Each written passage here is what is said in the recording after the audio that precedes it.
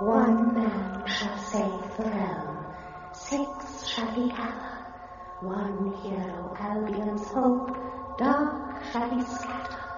Long shall he search afar, while hope betide him. One man, noble birth, 6 men beside him. 7 sentinels shall ride on the wind of battle.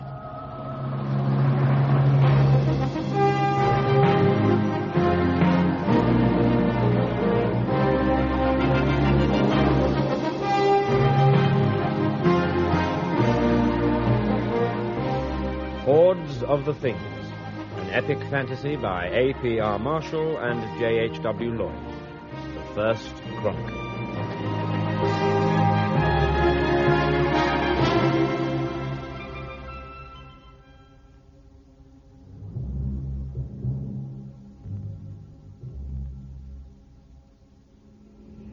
In the elder times, after the dawn of the world, peace reigned, but it lasted not. On the afternoon of the first day, from the waters under the heavens rose the giant nymph Britannifor, which means, in the elder tongue, the giant nymph. And with him went forth his monstrous 7-headed hound Cachuhongo, which means, in the elder tongue, hound with more than 3 heads. And Britannifor put from him nymphly things, and summoned to him the armies of night. And with them he passed through the land of Middle-earth, till he came to the land of Middle-sea. And many was the hobbit on which he trod. And he went up unto a high plain, his hound Cachuhongo by his side, and spake unto the dark creatures in this wise. Go forth thou in every direction, and every piece of earth that I see from where I stand shall we occupy and contaminate utterly. And so the regiments of evil went forth, and every piece that the nymph could see from where he stood was cast down before him. All save one small kingdom named Albion, which means in the elder tongue a kingdom that was hid beneath the dock. And no one therein perceived their danger, save the crown prince Veganin, heir to the realm. Thus, bold commanders, sit we here and plan our noble and most pressing strategy. The king does nothing, whilst about our land the harridans of doom amass. Southeast, the quag of Zaguloth, his jackal troops of 30,000 foot wizards compose. Northeast, 10,000 leech-lipped saber-tooths, with heretic Bishop Zilbor and his horde of thrice 6,000 maddened bees. To east, rank-smelling trogs and underwater wolves and harpies, jagganaths and shorganeels. But we are here, fair Albion's host, 1,000 upon 1,000 of our noblest hearts. Yes, what is it? I can't make it, I'm afraid, Your Highness. Hell's teeth. And who might you be, ancient wrinkled one? In pointed hat adorned with stars and moons and mystic signs composed of Perkins and anchovies? Recipes for scones? Yeah, I am the wizard some call Radox the Green. I'm sorry to have to tell you that the mighty hordes of Albion can't make it today. I brought the sick note. Well then, old Radox, but you and I and... Hello? So, farewell, thou cowards. Know you I would scorn to die amongst your company. To horse unto the king, to raise another force of men who would rejoice to die. These were indeed perilous times for Albion. For all around, the law of darkness prevailed, and things were not as they should be. Vampires did lie and sin with dragons, the Cyclops did interfere with the goblin, and trolls slept around. And Britannifor, the giant nymph, grew horny, and took to him as wife a beauteous young fjord. And this fjord she was firm and pliant, and her dugs were of wrinkled snow. And on the first morning of oversleep, she did conceive her demon child. And the child was known from that time forth as the Evil One.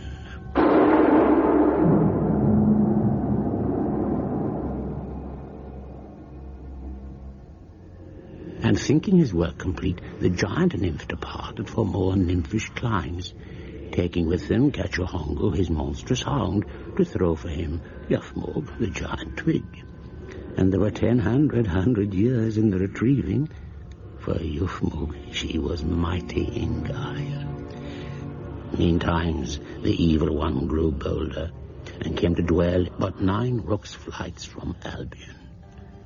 And the king of Albion was Yulfric III, and the doom was greater than ever before. Very well, gentlemen. You have the draft of my new law on poaching. Yes, Your Majesty. Read it to me, then. Certainly, sire. Item. The poaching of venison in the king's realm is forbidden. The penalty for doing so shall be not less than 30 days having your liver pecked out by eagles, and a fine of 10 million gold quadroons. I see. Tell me, how many of my subjects would be able to afford a fine of 10 million gold quadroons? Not counting you, sire. Yes, approximately. Well, approximately none-ish. None-ish. Bit of a ridiculous punishment, then, isn't it? And not less than 30 days having your liver pecked out, and a fine of 10 million gold quadroons. If they can't pay, it's hardly any deterrent, is it? I had it, sire. How about not less than 30 days having your liver pecked out by eagles, or a fine of 10 million gold quadroons? Of course, much better. Let's move on. Yes, item, the poaching of woodlice, hares, leopards, rabbits, moles, hedgehogs, dormice, bats, truffle pigs, bears, chipmunks, and slender lorises in the king's realm is forbidden. The penalty for so doing shall be not less than 6 years being stabbed with halberds, and or a fine of both legs and a head. Good. You mean the penalty is either death or death. Is that it? I think we should leave that to the interpretation of the courts, Your Majesty. Go on. Yes, the poaching of birds, fruit, nuts, logs, and air in the king's realm is forbidden. The penalty for doing so should be not less than 4 months tied to a rock and thrown in the sea, or being smacked about the ears and neck with green elm twigs, plunged into boiling oil, wearing only a tricorn hat, and then tied to a rock and still thrown. Crown Prince Veganin! Your Majesty, our spies from every border of this land of ours bring news that evil forces mass upon us. The state must arm, more troops in train, and all the Sagittaries gather here, else all is lost. Yes, now, all very well, but this isn't one of your speeches to the men here, you know. Anyway, what do you mean, more troops? What happened to the last lot? Talk not to me of vile and cowardly wretches. All right, do hurry along. Log poaching is ravaging the land, even as we speak. Your Majesty seems not to understand. Albion is completely surrounded by evil forces of the most terrifying magnitude. How much longer do you think we can escape the conflagration? Oh dear, not another war scare, Veganin, surely. How many times do I have to tell you that the Grand Alliance between the 48 nations has a perfectly workable non-proliferation treaty? Middle Sea is quite secure. How can you say that, when even at this moment the swirling killer loons of death are massing outside the east gates? Nonsense. I have today received a communication from the swirling killer loons of death, assuring me that they want war no more than they do. We have a trade treaty with them. Trade treaty? We export 1,400 luscious young virgins bound in silken ropes and fattened for 2 years on raspberries and chamois milk. And in return, we import a walnut. A walnut. There you are. You know perfectly well we have a very weak walnut industry. On the other hand, we have a positive surfeit of virgins this year. Remind me to talk to you later about that. It makes perfect economic sense for us to export virgins and import walnuts. A walnut. Admittedly, we'd like to import another walnut or two. Yes, we would. But world economy is slumping. My good friend, the evil flesh-eating Lord of Crown, advises us to... The evil flesh-eating Lord of Crown? That cannibal? The evil flesh-eating Lord of Crown is not a cannibal. Oh, really? Then what about this menu my spies brought me of the last banquet he threw? Starters, choice of tomato and hobbit quiche. Surf pate, or avocado and stout yeoman farmers in vinaigrette. To follow, housewife with tiny new potatoes, or ragout of tender, meaty gym instructors killed during circuit training. Well, sweet, strawberry ice cream sprinkled with golden peaches, chocolate sauce, almonds, angelica slices, and cherries with a couple of brawny archers thrown over the top, and cream, cheese, coffee.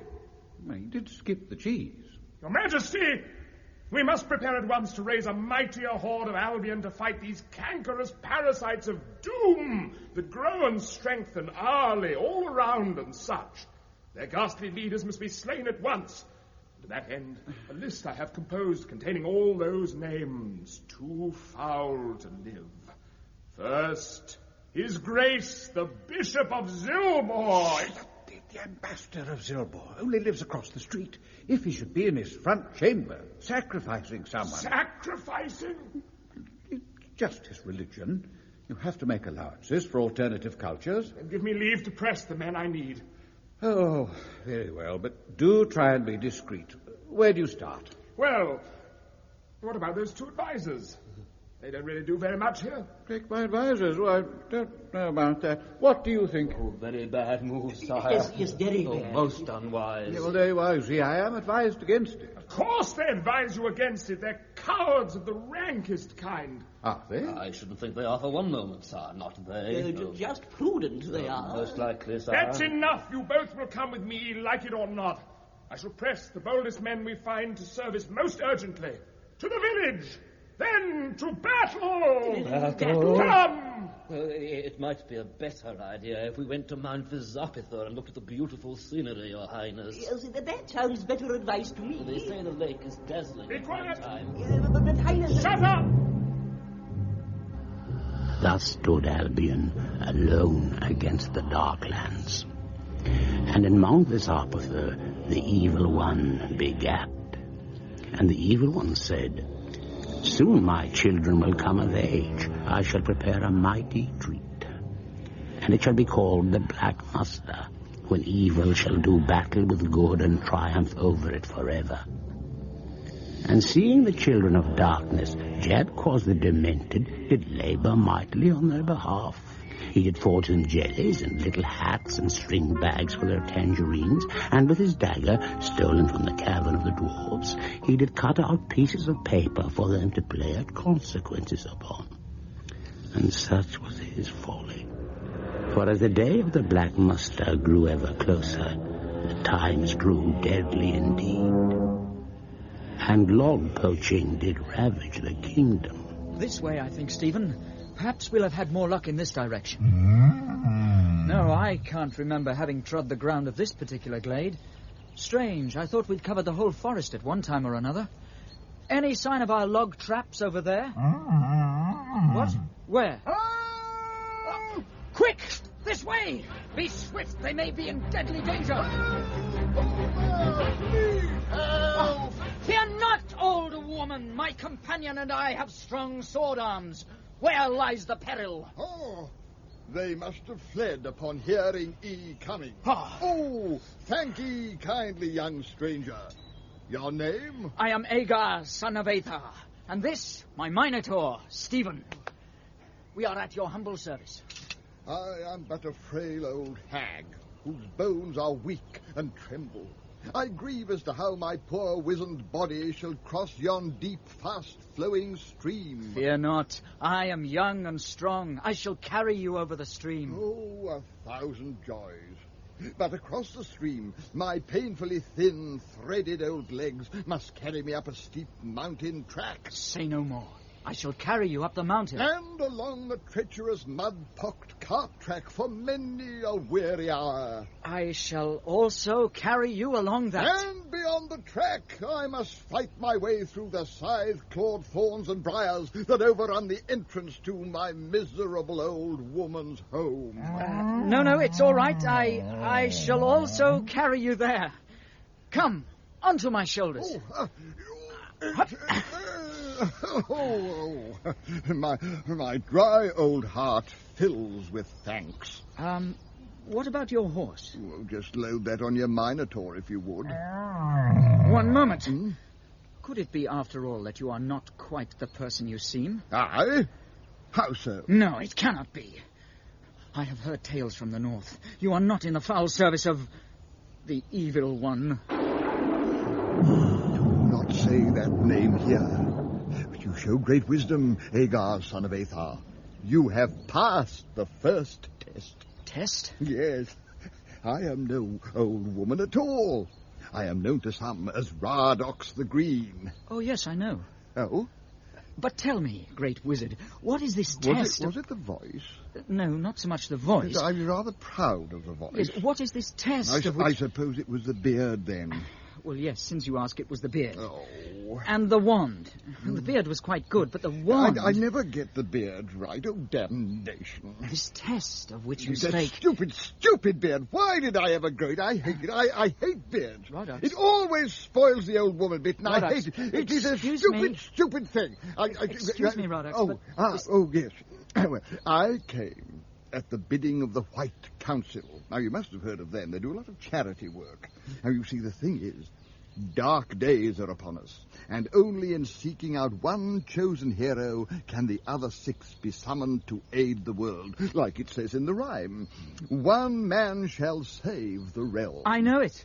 6 shall he gather. Oh, yes, that's the one. And then, of course, the bit about the shepherdess and the goat herd. I was thinking of the proper words. Yes, of course.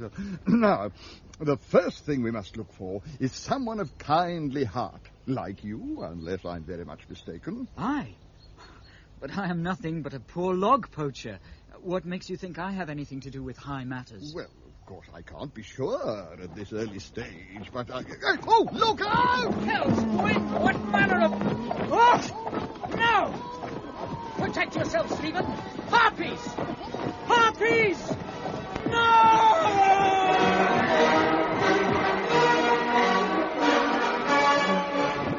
Down! Let me down, foul creature, or I shall cleave your skull by the winds of death! Do you think I am attractive? What? Do you think I'm attractive? For a harpy of my age? Does it matter?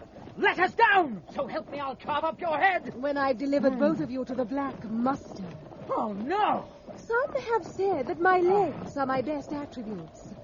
What do you think? Well, You know, if I take a liking to you, you could be set down wherever I choose. Oh, very well. I suppose they are quite nice legs. You're just saying that. Oh, no, really. They have nice, wrinkles. Really get me going. She gets them out of a bottle, dearie. I do not. You don't think she was born with wrinkles like that, do you? And what about you? Leathery wings don't grow on trees, you know. I've seen you drying them in front of the oven. How dare you? I've never been so insulted. The young human would really like to get me in an air current, eh? Someone a bit closer to his age group. You bitch! Take that! You two start fighting, my dear. Please! You should stay in the nest with the old folk. I'll show you who's old. Please! No! Don't let go! No! Please! Radox, thank the gods. I was snatched by two Yes, I saw it all. Fortunately, I was able to break your fall with a spell of my own devising. Would you mind awfully putting these sliced tomatoes round your feet? Garnishes make the whole thing a lot more visually enticing, don't you think? Garnishes? I simply cannot abide these thripply sorcerers who spend hours on some spectacular trick and then can't be bothered to worry about the presentation. Now, here, let me dab just a little mustard. But those harpies, why did they snatch me? And who were they taking me to? I don't like it. Harpies have never dared approach the hidden glade before. It's restricted, you see. You must have something very precious for them to seek you out like this. A magic coat of mail, but a shield, a ring, perhaps? A ring? What use to anyone is a ring? Oh, yes. There's my sword. Oh, yes. Observe the scabbard of jeweled copper. Oh, it's magic, there is no doubt. I mean, look at the ivory inlay, the ebony motifs, and here on the blade, in fiery runes for all to see, the words of the elder tongue. Trahu dan Borith, Trachona Pagadorith. Could it... Does it mean 1 man shall save the realm, 6 shall he gather? I've no idea I failed runes. Then what makes you think it's magic? Well, it certainly hasn't been designed for looks, has it? It's a hideous bloody thing. May I have it back? Here, you may need it. From where did you procure this mighty blade? It was snatched, I'll be bound, from the hoard of the enchanter in the 3 towers of Tranfax, eh? What? They told me it was new in the shop. The shop? You obtained this sword from the weapons shop in the village? Yes, it's been in the window for ages. What of it? Oh, know you not the oldest legend of Albion? Whoso removes the sword from the shop shall become hero of all Middle Sea. What? Oh, goody. Well, that's definite then. You're no longer Agar the log poacher's son, but Agar the hero. And as for me, I must all speed for Zilbor to the great conference of all wizards. What about us? Well, your first task must be to seek the Sibyl Dyandetes. Where is this Sibyl to be found? Well, you can seek advice in the inn yonder. Yes, but surely you can conjure up a mighty summoning spell and call the powers of light to my aid. No, I'm sorry. I'm right out of salad dressing at the moment. Anyway, the conference awaits me. My mighty horse must be ridden swiftly. Giddy up! In the elder times, as evil encroached on all sides, there rose up the 3-faced Sibyl, Dyandetes, and all the scholarly men of Albion turned to she for counsel, for she had the divine gift of prophecy. Seated about her oaken throne, they would speak their questions to the ears of Val, the face that listens. Then, after consulting her masters, the gods, she would deliver them answers from the mouth of Grunthor, the face that foretells. And after the sages had departed, and all that he spake had come to pass, they returned again, and she would turn to them the eyes of Rivner, the face that says, I told you so. And in those first days, fearing for the safety of the kingdom, the men of Albion sought to know from Dyandetes how they might be protected from the night of all evil. And these were her words. There shall be a hero, and he will unknowingly command great power. The forces against him shall be mighty, but he shall set the world on the path to salvation. The day he alone shall find me for guidance. And so saying, until that time, the Sibyl went into hiding, and her wisdom and the hero were forgotten, as all lived in most modern terror of the evil one.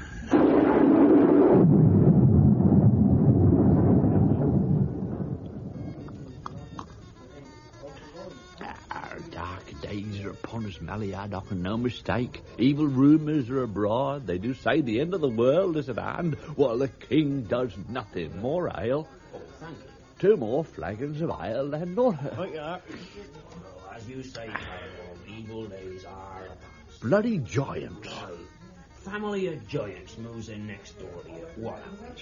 Wild parties all night, noise. Property goes down. Property falls down. Right, they're not the same as us giants, see? Well, you're not wrong. They sort of smell different. More. Smell more, right. Right, I mean, you get half a dozen armpits the size of the New Forest, moves in next door to you, and then what, eh? Right, here's your ale. Cheers. Oh, send them back where they came from, that's what I say. Yeah, that's right. Good idea. Where do they come from, actually? I mean, they come over here, they tread on our Tread jobs. on our houses? I mean, we don't have room for any more. Mind you, fair's fair. They do work hard. They do a lot of jobs as ordinary people wouldn't do. What, like pruning sequoia with their teeth, you mean? Stands to reason no ordinary people would do that job. No point, is there? Bloody silly job in the first place. Right. That and blowing wolves off cliffs, you know, I ask.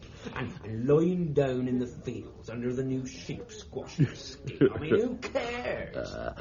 The King's trade creation policy has been started just to give giants jobs, hasn't it? The old methods are the best, I say.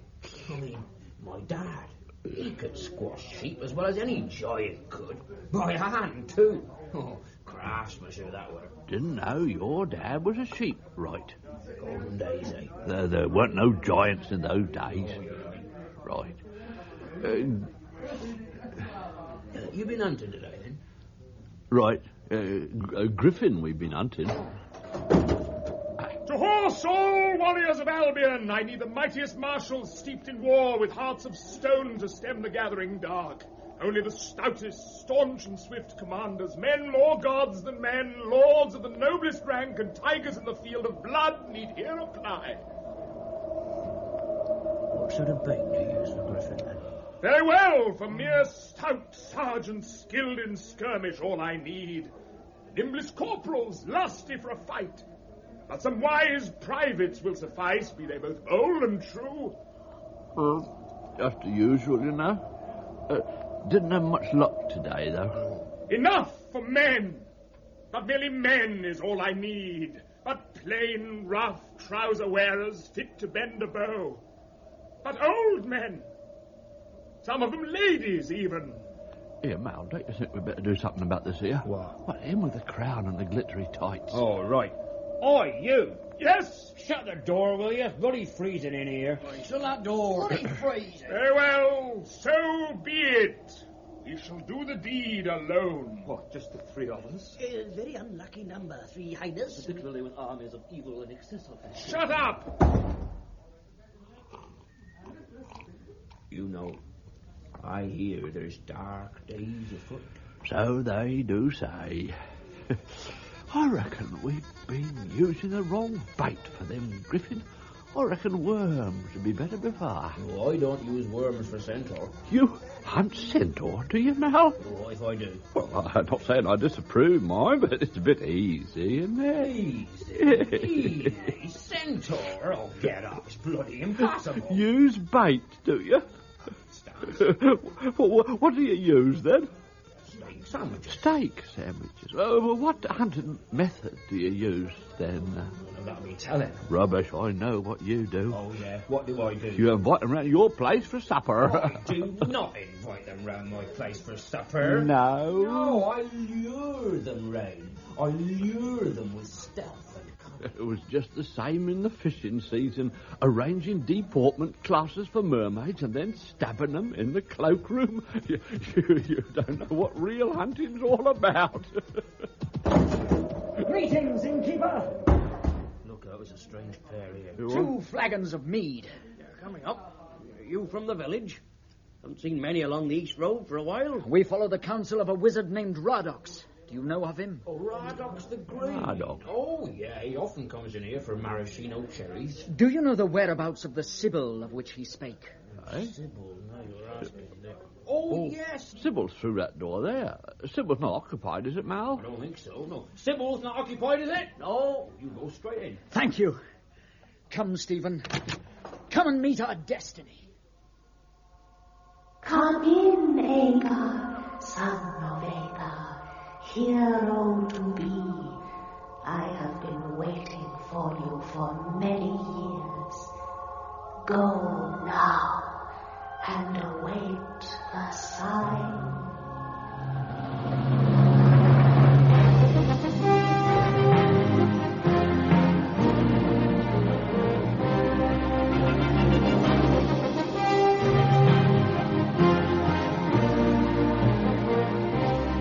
In the first chronicle of Hordes of the Things, Patrick Magee was the chronicler, King Yulfric the Wise III was Paul Eddington, the Crown Prince Veganin of Albion, Simon Callow, Agar, son of Athar, Christian Rodska, Radox the Green, Frank Middlemass, Hugh Thomas was Maliadoc and the first advisor, and the first assistant advisor was David Ross. Gordon Gostelow was Caradorn, Eve Karpf was a Harpy, and Miriam Margolyes was a Harpy, and Dyandetes, the three-faced Sibyl. The scribes were Andrew Marshall and John Lloyd, and the production was by Geoffrey Perkins.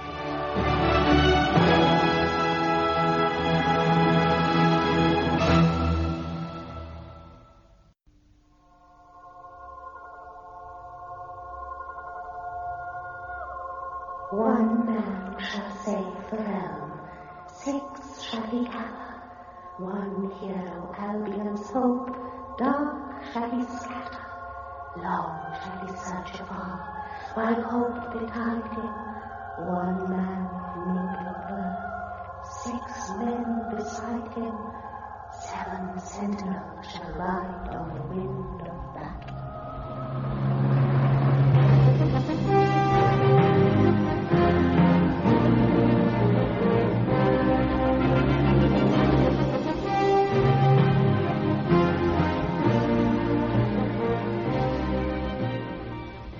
Hordes of the Things by A.P.R. Marshall and J.H.W. Lloyd. An epic fantasy.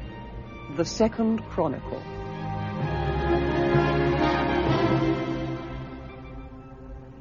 In the elder times, after the dawn of the world, a darkness spread over the face of the land, and the gods turned to their own affairs.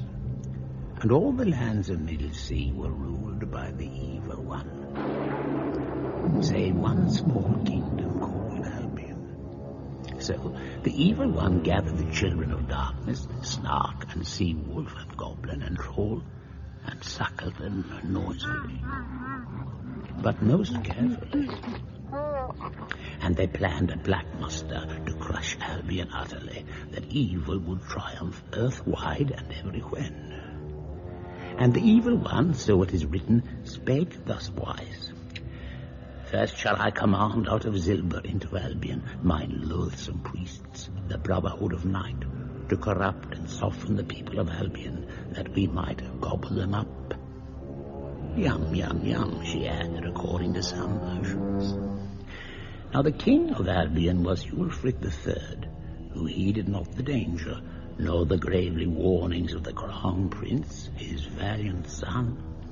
Thus it came to pass that the fair realm of Albion, in this perilous hour, was entrusted by the White Council into the hands of the great wizard, Radox the Green, that he might find the 7 heroes who would save the land.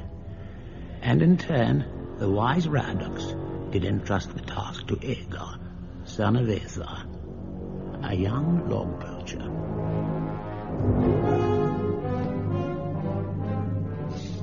Oh, hero, hero. That's all I ever hear about. What sort of profession is that for a daughter of mine? Son, Mother. You always have to bring sex into it. Look, I happen to like being a hero. The money I wasted giving you dancing lessons. And what are you interested in? Having a neck like a bull, I asked. You have to have a neck like a bull. It's one of the rules. I don't care. You don't have to keep a bull in here, so people can make favourable comparisons if they drop by. Oh, Mother, you mustn't call him a bull. You know he gets offended. So what should I call him, an ant? Biggest ant I ever saw. Just ignore her, Stephen. She doesn't understand Minotaurs. And all these monks passing through the village. I know what's going on. It's the doing of that chef, isn't it? That aged cook you met in the forest. Radox is not a cook, I've told you. I've seen him many a time. Chopping onions, boiling things, slicing parsley. He's a wizard. Radox the Green. Making radish water lilies and little slivers of anchovy for that colourful task. He just happens to believe that the presentation is as important as the spell. He can hardly afford to drop his standards with evil hordes massing all around. Don't bring your politics into this house. It's wicked, all this nonsense about evil afoot and that crown prince out looking for staunch men when he should be settling down with a husband. It's true, Mother. You may as well know. I was with the Sibyl last night. So, that's where Nothing happened. Well, thank the gods for small fortunes at least. Huh? It was for advice. She told me to await a sign. Oh, you don't understand, Mother. No, I don't. I don't understand all this hero business. First, you wanted the neck. Just the neck. Fine. Nice hobby for the boy, I thought. Then the shoulders of hewn marble. Then the muscles with veins standing out like whipcords. You want to watch that boy, they said. He's not eating properly. Then, last week, you start cavorting with Sibyls and lying about at home awaiting a sign all day long. They should see the state of your bedroom. The place is littered with signs. Goat's entrails and wolves' droppings all over the floor. Lion cubs all over your trousers. They keep dropping in my lap, Mother. Well, why don't you brush them off? Signs. Well, it has to be the right sign, not just any sign. A message from Radox. Oh, and you can be quiet. Can't even talk properly. Spend all day sharpening your mighty sword. Where will it all end, I ask myself? When are you going to do something? When will you fight? Yes, that seems sharp enough. Oh, that's right. Cut my head off. Oh, very clever, very witty. Put it in the saddlebag, would you, Stephen? We may need it. Oh, look at the state of this bag. It's a disgrace. No wonder you never let me see inside it before. Now we can wait for the sign and peek. Quick, Stephen, douse the lights. Over here! Who's there? A message. A friend. Thank the gods you've come, friend. I've been waiting for... Hello there. My name is Golin, at your service, Master. Oh. You're down there. I bring a message from Radox the Green. That stew smells nice. That stew smells nice. No, that's not the message. Oh. Pass the bread, would you? I've had better. It is but plain fare. You're telling me. Is there any more? I'll get it. Which of you is the human, Agar? I am Agar, son of Athar. By the moons of Tranfax, you're a size, aren't you? Me? No, I don't think I'm Pass particularly... that fruit you have over there. What do they feed you on? Here. But what of this message? Message? I'll have it safely, Master, never fear. I'm a dwarf, you know.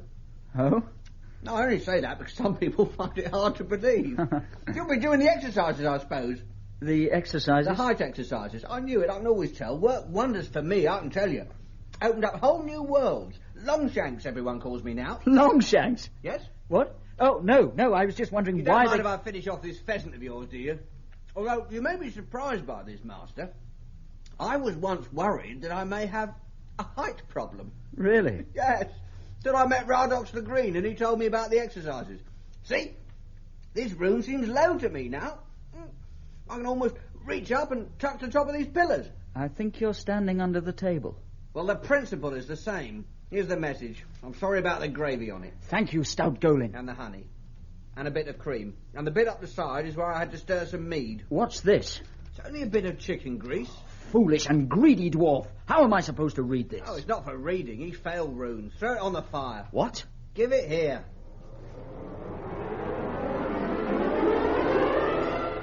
Good morrow, Agar, son of Athar. Radox. But how did you get Stand here? back. I am but a vision in the flames. I'm sorry the picture isn't very good, but it's difficult in these lowland areas. I bring you urgent word from my seat at the great conference of wizards. Can I smell chicken fat? It's nothing. Carry on, Master. Very well. The situation is now even worse than I feared. The swirling killer loons of death surround the east gate, destroying all who try to flee the kingdom of Albion. Deadly plants obscure the southern byways, and the roads are crawling with the brethren of the Brotherhood of Night. You must leave at once. The 6 heroes who will aid you save the realm must be summoned from beyond the havens. How shall I do this? Just a moment while I look it up. Which service do we require? Heroes. Yes. You must find the legendary tremendous battle horn, Summon Trumpet. Only this can call the heroes to Albion's aid. Summon Trumpet. I have heard songs of it. But where is it? That I know not. But there is one in Middlesea who might. Seek you Horn Shaper of the Doomsday Guild in Zaguloth. There is still one exit through the mountains known only to dwarves. So, I send you Golin Longshanks here to... hello, Golin? I'm here. Oh, yes, there you are. Go now. I shall be with you in spirit. But can't you help? No, I'm far too busy here at the great conference, I'm afraid. I don't have a moment. Now, hurry up. Don't waste... Why is my arm all sticky? It feels like me. Very well, I shall set out at once. Stephen, come, saddle up. Farewell, both of you, and be of strong heart. No, please, don't fade away. I wanted to work with you about my exercises. The journey is long, and you will need 2 good legs. Oh, I'll take the pheasant with me then. Hey, Master, wait for me. And so, upon the word of the evil one, the hellish brethren of the Brotherhood of Night set out upon every road, track, and thoroughfare, preaching of the night of all evil yet to come. None dared bar their way, for they were a holy order, sacred and untouchable, and sacrificed anyone whom they disliked. And so in fear were many converted to the dark ways. And in time did the brothers reach Castle Country Lawns itself, home of the foolish King Yulfric the Wise. Ah, yes. Come in, my good monk. You are... Brother Scrivener, Your Majesty. Oh, yes. From the Brotherhood of Night. Of course, your bishop is very kind. I need someone to take down a letter for me. At your service, sire. Right. From good King sorry, finished? Certainly, Your Majesty. Good. Now, from good King Yulfric the Wise the Third to Veganin, Crown Prince of Albion, Castle Comfrey Lawns, Middlemass Eve, my son. Thank you for your letter of the third moon after Virgin Toast. I regret to say that the realm is in some disarray since you left, taking my trusted advisers. In particular, I'm most concerned about the increase in stag dancing amongst the common people. As you know, the royal stags are the exclusive property of the king, and if anyone dances with them, it should be me. Naturally, I have no desire to do this at all, as they are very ugly, clumsy on their feet, and always want to lead, just like your mother. Brackets, joke, close brackets. The log poaching was bad enough, but I cannot tolerate this kind of illicit terpsichore with the royal venison. Without tough new legislation drawn up, do you have everything you need, brother? Parchment, quill, ink, large tub of water? The guards aren't making things difficult for you, are they? No, Majesty. I am just baptizing them. Oh, I see. Right. Legislation and so on. Another thing I'm concerned about is religious freedom. So, when I heard that a sect of poor monks, the Brotherhood of Night from Zilwar, were being mercilessly persecuted for their beliefs, I was most upset. These humble, hooded folk simply travel about the realm, preaching and baptizing. Hey! Sorry, Majesty, rather a difficult baptism, that one. He was rather strong. You looked for a moment as if you were drowning him. Very droll, Majesty. I must say, Brother Scrivener, I didn't realize that so many of the castle guards were keen to join your faith. They are not, Majesty. We only baptize those who won't join, just to be on the safe side. That's very charitable of you. Shall we continue? Majesty. I'm rather disturbed to find that the leader of this sect, namely the High Bishop of Zilwar, is on this so-called list of death you kindly enclosed in your letter, telling me of your future plans. This harmless old man with sight problems. Sorry, Majesty, it is rather difficult for me to hold the quill as well as doing this. Would you mind? No, of course not. I just press the head down and hold it under, do I? Bit harder, Majesty. Oh, sorry. This harmless old man with sight problems has graciously lent me one of his order to deputize for my advisers, which I hope will cause you to reconsider. Oh, yours, Daddy. Could you read that back, please? Certainly. Veganin, you righteous scum. Your resistance is doomed. Give yourself up to the children of the evil one at once. Yes, well, that seems to have the same sort of gist about it. How soon can you... Her Royal Highness Queen Elfrida of... Down you go. I'm sick of your disgusting behaviour, Yulfric. Do you hear? You are dismissed, brother. Yes, sire. I do hope this is urgent, dear. Stag dancing is spreading like wildfire. Never mind the stags. I'm sick of it. Do you hear? Now, don't get hysterical, dear. There's nothing wrong with a king wanting to change clothes with a commoner for a day, is there? For a day? Fine. Well, then, I've picked a day. That's all. Well, what about yesterday? And the day before? And the whole of Virgin Toast. Oh, not and the rest of your reign. You seem to spend every day changing clothes with a commoner. Now, who is it this time? Just a commoner. Which one, precisely? Well, you wouldn't know the family. They live a long way from here. Who? Yes? The woodcutter's daughter. I thought so. Look, Yulfric, the whole point of changing clothes with a commoner is so that you can go about unnoticed. Well, I wouldn't mind if you were honest about the whole thing and admitted it was just because you like wearing wimples. I do not like wearing wimples. And farthingales and queasums and dumbly-chews and folk danglers. Just a minute. What are dumbly-chews? You see, you don't even do it properly. I have to find out what people really think of me. It's essential for policy formation. I'll tell you what people think of you. They think you dress up as the woodcutter's daughter all the time. That's just a subjective viewpoint. I got on very well with the woodcutter. What are you doing to the Royal Guards? That's the last one left. Is it?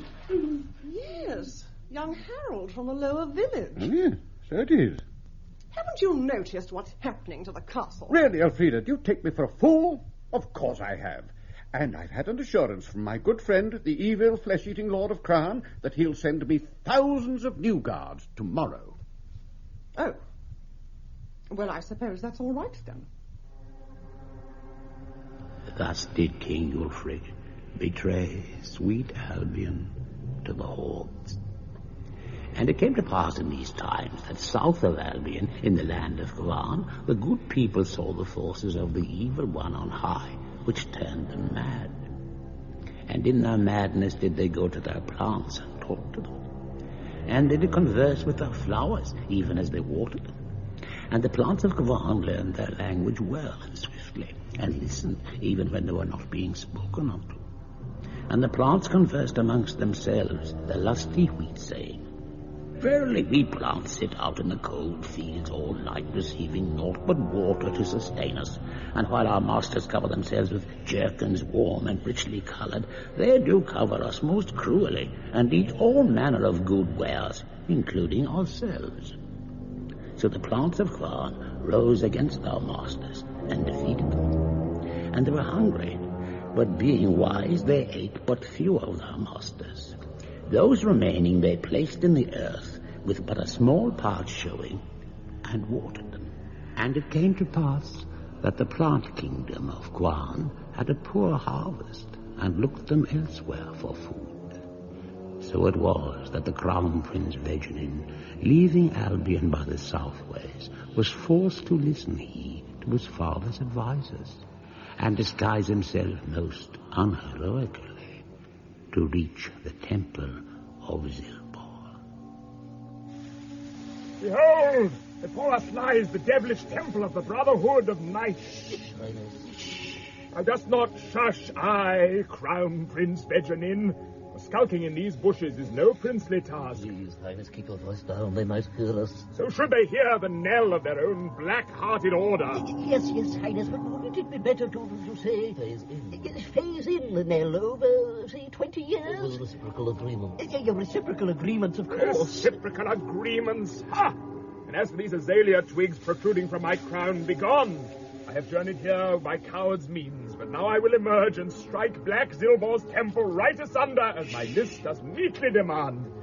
Come inside the walls. No, Highness, that wouldn't be wise. No, there's something you should know about the High Bishop of Zilbor. Out! Away with bogus vegetation, fake and leafy. Through the entrance you will stride with me. Come! Aside! Aside, foul brothers, for we would parley with your priest. None may enter the inner sanctum of the High Bishop of Zilbor. Aside, I say! But, Highness... Silence! There, inside this pitch-dark chamber, cowers mighty Zilbor. Stand aside, brothers. Let him enter the chapel of the High Bishop. You see? Cowards! Highness, we keep trying to tell you. The Bishop of Zilbor has the hereditary gaze of all leaders of the Brotherhood. The look that turns anything on which it falls to ashes. Ah, well. Stand back once more, rank brethren, for I must leave this place and find... Come in. Come into the light where I can see you. I shall light more candles. The door's locked. My foot's just turned into a heap of ashes. The shaft of light exposed it to his eyes. Courage. Courage? Foul Bishop Zilbor, I presume. We meet at last. That is my title. And yours? This is the Crown Prince Veganin of... Oh, my arm's gone. Stay in the shadows, Highness. Oh, my ear. Oh, move over. It's quite dark just there. You are but lowly chattel. What call you I? Your Highness, you must speak with more tact. I say there, Your Grace. Now look here. Yes? Oh! He's completely gone. Up in smoke. Just a heap of ashes. I am the Crown Prince Veganin of Albion and deliverer of your doom. But first, before I slay you, tell me where I need to go to find these others next upon my list. I have that knowledge, but first I must be sure to whom I speak. Step into the full light of my candle. No, don't. I had it, Highness. A trick. Get him to look at his own heart. My heart? Where exactly is that? On the left of your chest, just here. Fortunately, I have just emptied the holy ashtrays. Now, Crown Prince, if that is who you are, I trust you are not afraid to step from those shadows where you cringe and let me see you, or are you a coward? That I am not! Behold, I call your bluff! Fool! Now I can see you! And during all this time, seeing the rise of the Brotherhood, in the surrounding land, the last few remaining men of goodness did seek to band themselves together for protection. But from the Sarpather, the Dark, the Evil One did see them, and sent each an appropriate doom, such that their stand did not last for a long time, and many were fallen. The company of most droning mystic bards were brutally bored to death, blow by blow in one day, by the masked behemoths of Home Mead Brewery. The great fellowship of sportsmen were besieged in their towers by the slavering ranks of the snapping triumvirate of Athlete's Foot, and long and itchy was their fungoid infection before the end, and great in number were the other defeated. All save the members of the mightiest society of all, those most worthy guardians of right, the Doomsday Guild.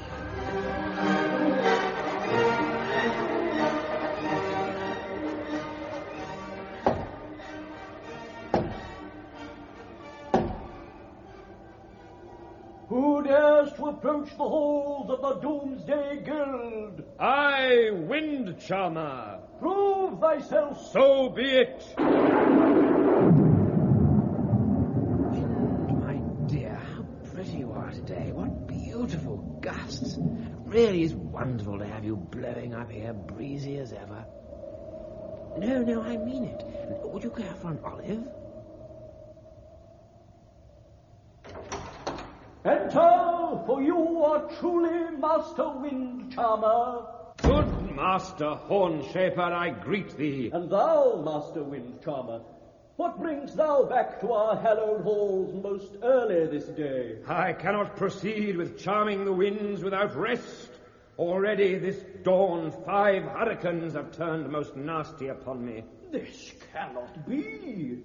Neither the mightiest typhoon nor the merest tiny fart can resist the power of the Master Wind Charmer. On a normal occasion this is such. What means thou? The powers of evil all around grow rapidly, and so much so that e'en the Doomsday Guild cannot stem the grisly tide. Have you word of our fellow masters? Aye, here.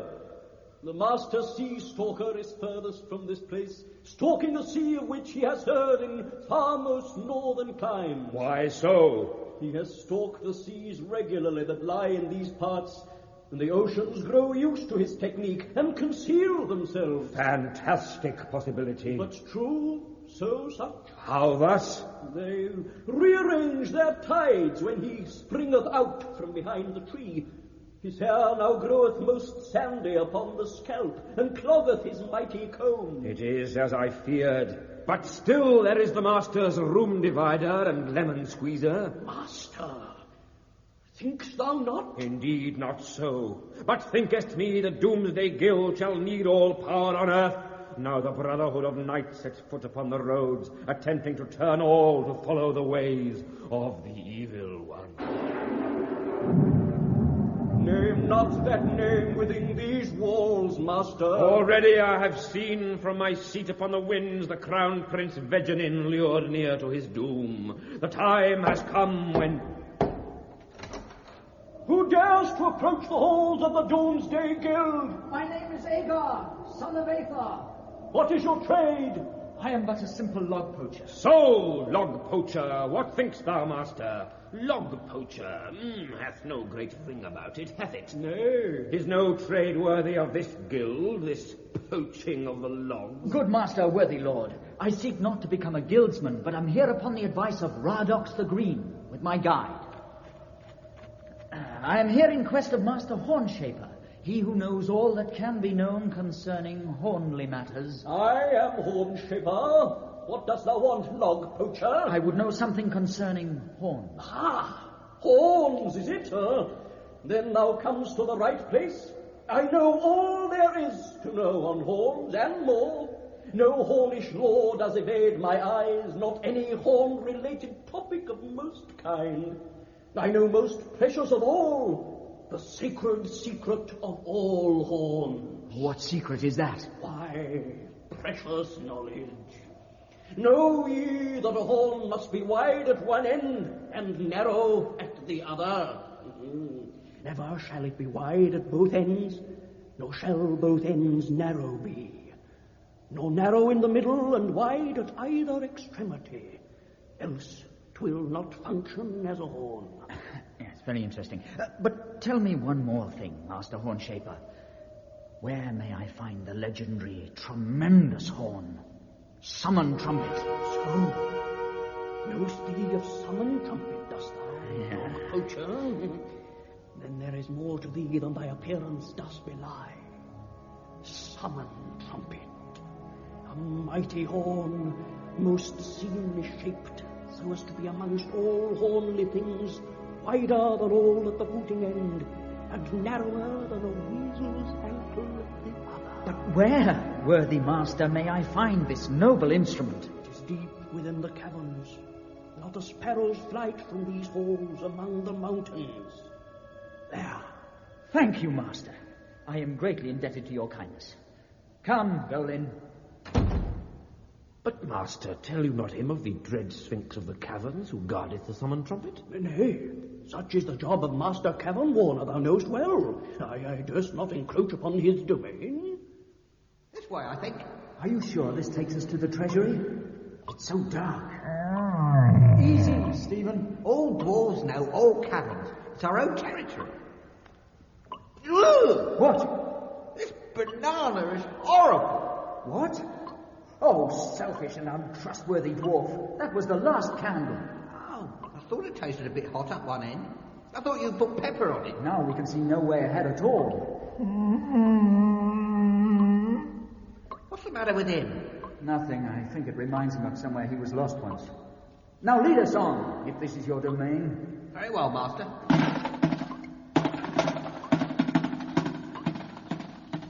Do something about your stomach. That wasn't my stomach. Then what?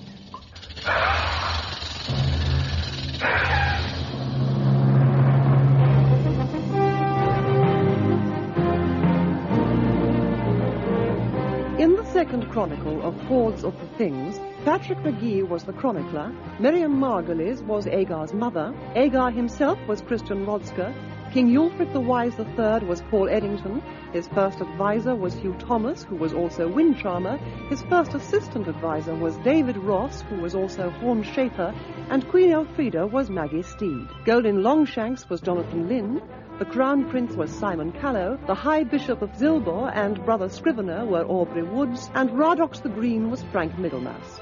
The carvers of the mystic runes were Andrew Marshall and John Lloyd, and the mighty cleaver of a recording tape, Geoffrey Perkins.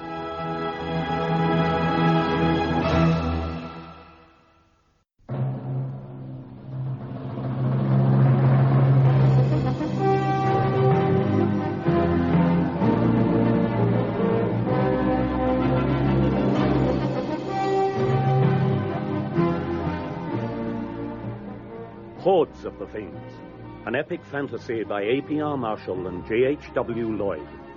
The third chronicle.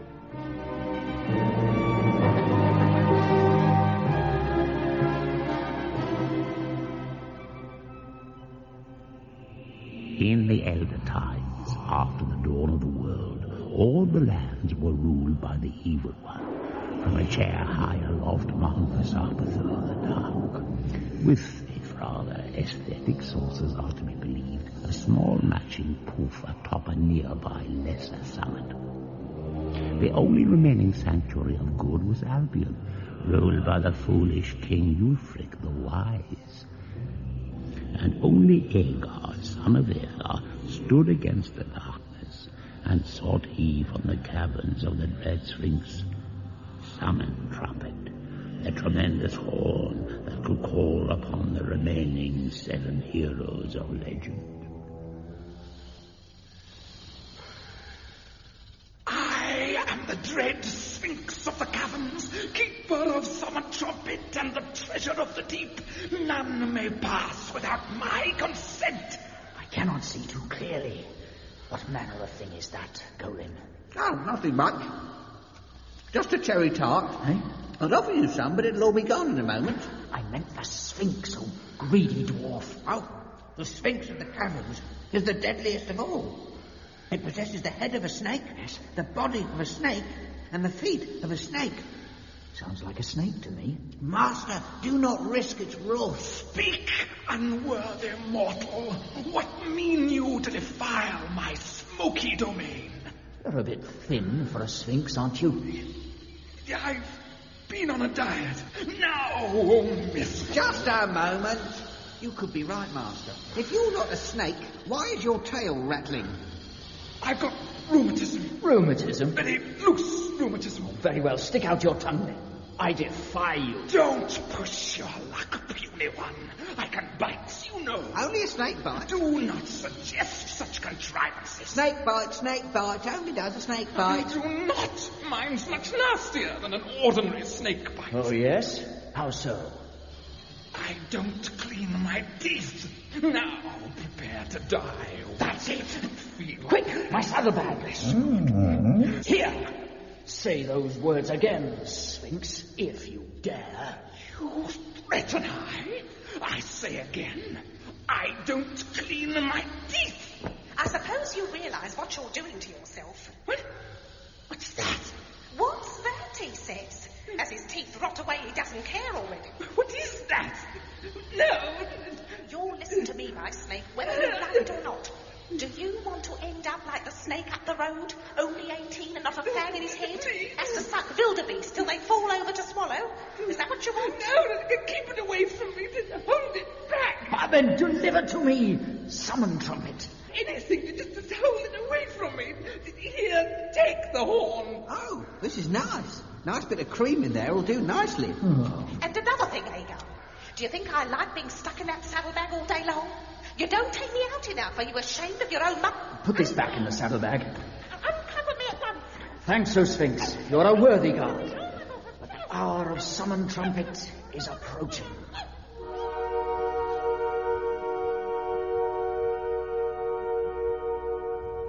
And thus it was. But at that moment, in the profane temple of Zilba, did the High Bishop taunt the Crown Prince Veganin most waspily to step out into the full light of his black candles, for the bishop had the gaze which turned any upon whom it fell to ashes, and many were the failed novices who would devoutly shove their clinker from its holy chambers.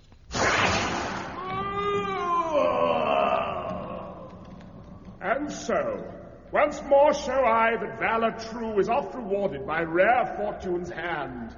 My polished royal breastplate, armor bright, did straightway well reflect your foul gaze. And now, as ashes Bishop Zilbor falls, Prince Veganin is saved, and so his list is shortened.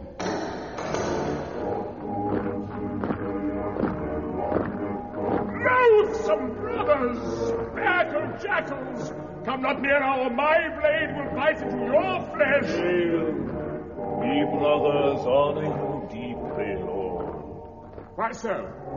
What trick is this? Why troop you all in here, quite loaded with all pomp, to I, your bane? Our blessed and holy bishop is no more, but he who takes his place is he who was born, even as the last bishop died, but 10 years thrice plus 2 ago. 10 years thrice plus 2? How much I now do wish that in my callow youth I did think less of warlike games and learned my thrice times table as my tutor pleaded. Is that not my age, even to the day? It is. Wait, I have oft heard of devious tricks that the Brotherhood of Night do play most cruelly. What security is there the one you seek is I? Do you not have the sacred star-shaped birthmark upon your torso? You shall not trap me with some deadly snare. Here, take my sword and help me off with my stout armor, strong and true, and I shall check. Yes, I have the mark, see here. So be it.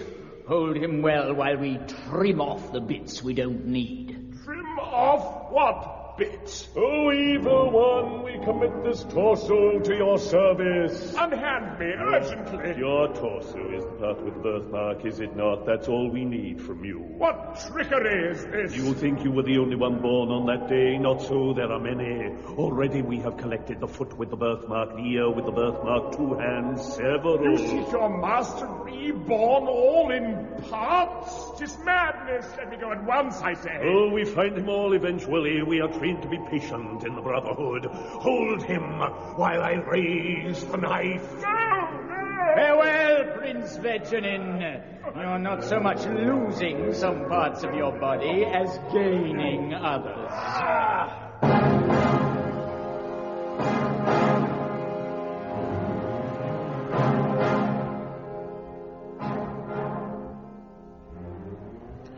And so was the Crown Prince delivered out of danger and into mere deadly peril. In the first days, beyond Albion's northlands was an inhospitable place. The terrain was unlevel and unsolid, the hedgerows thick with flailing, thorny trails, whipped by the incessant scything wind and icy driving snow. And all remarked upon the lack of visitors, considering the great mildness of the summer. But the Lord Asteron did come to this place, and it caused to rise amid all these terrors a great building. And he did say, Behold, my towering keep is thick and strong, and though at all seasons it be exceedingly filthy without, within is safe and creaturely. And it shall be called the only homely house in all the domain. And so it was that the White Council, seeking most scholarly refuge, did come to the place of the Lord Asteron, knowing that the outerly chaos would deter any lesser kind from disturbing their momentous and most urgent gathering, the great conference of all wizards.